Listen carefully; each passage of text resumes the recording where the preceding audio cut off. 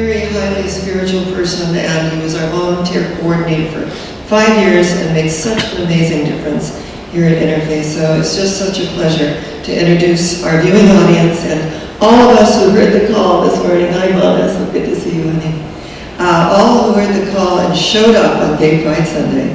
Thank you very much. So far, everybody said almost everything I was going to say. Thank you very much. However, what I really was going to start my little talk by saying is that we have come a long way, baby. I remember growing up as Fleet, and all of us have grown up with the fear of people knowing who we really were. And Nate Burka, who was the designer for Oprah Winfrey for many years, was on her program one day, and she said to him, she said, Nate, she said, what was it like being gay? He said, Oprah, to be very honest with you, being gay made a liar out of me. And I related to that because as you're growing up in the 60s and the 70s, even the 80s, you tell a lot of stories about who you're with, who you're living with, etc., etc.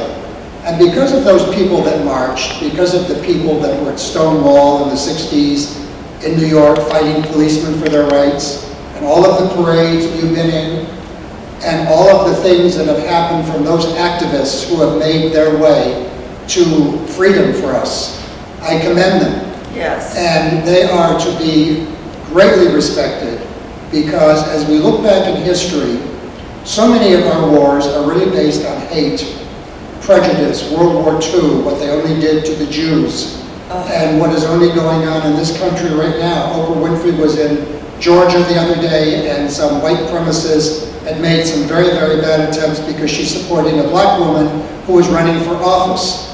And it still exists. So it is through the power of our thinking and our actions, the people that are in this way of life, that have made a difference and continue to make a difference, because all of that still exists, and we have to fight it one way or another. I was a volunteer yesterday at the Human Rights Fundraiser, and there were at least 250 people there, and they did express quite a few political views, which I thought were interesting. However, people went there really to raise money for the cause, and they raised a lot of money.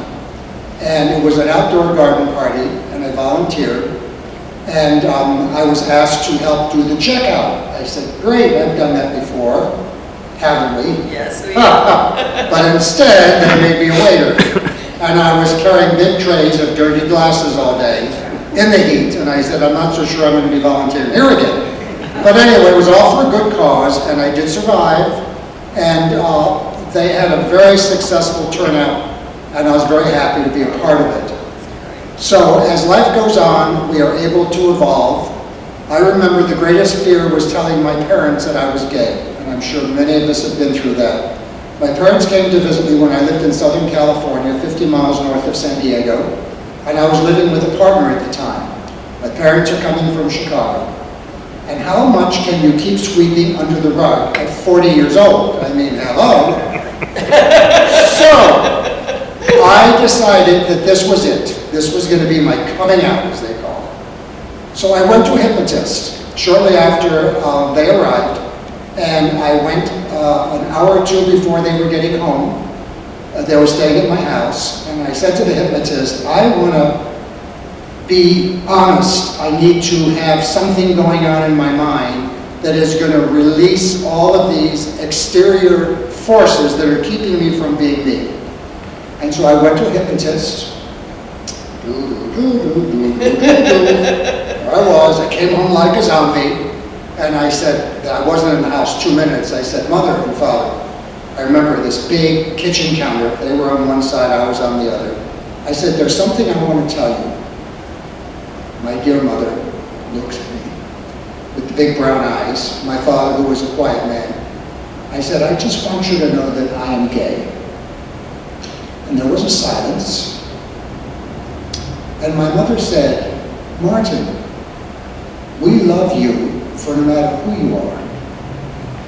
And it was like a ton of bricks that was off my shoulders, because I was always making up a story about this and a story about that, and my teenage life was one big story after the other. Boy, was I inventive. Oh, no. Where I only had been and what I'd only done, I should write a book on it. Thank God they're both off the planet at the moment they would die again.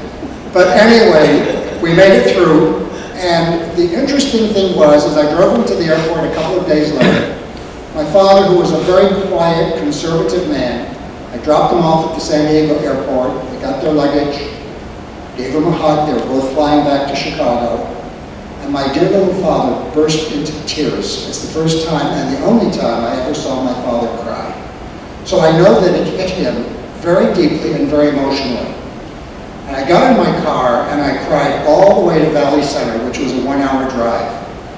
But as time went on, and I went back to Chicago for my usual regular visits, there was a new level of connection that I felt that was pure, it was healthy, and it was the truth. And it made a huge difference to my relationship with them, as it has for all of us in our relationships today.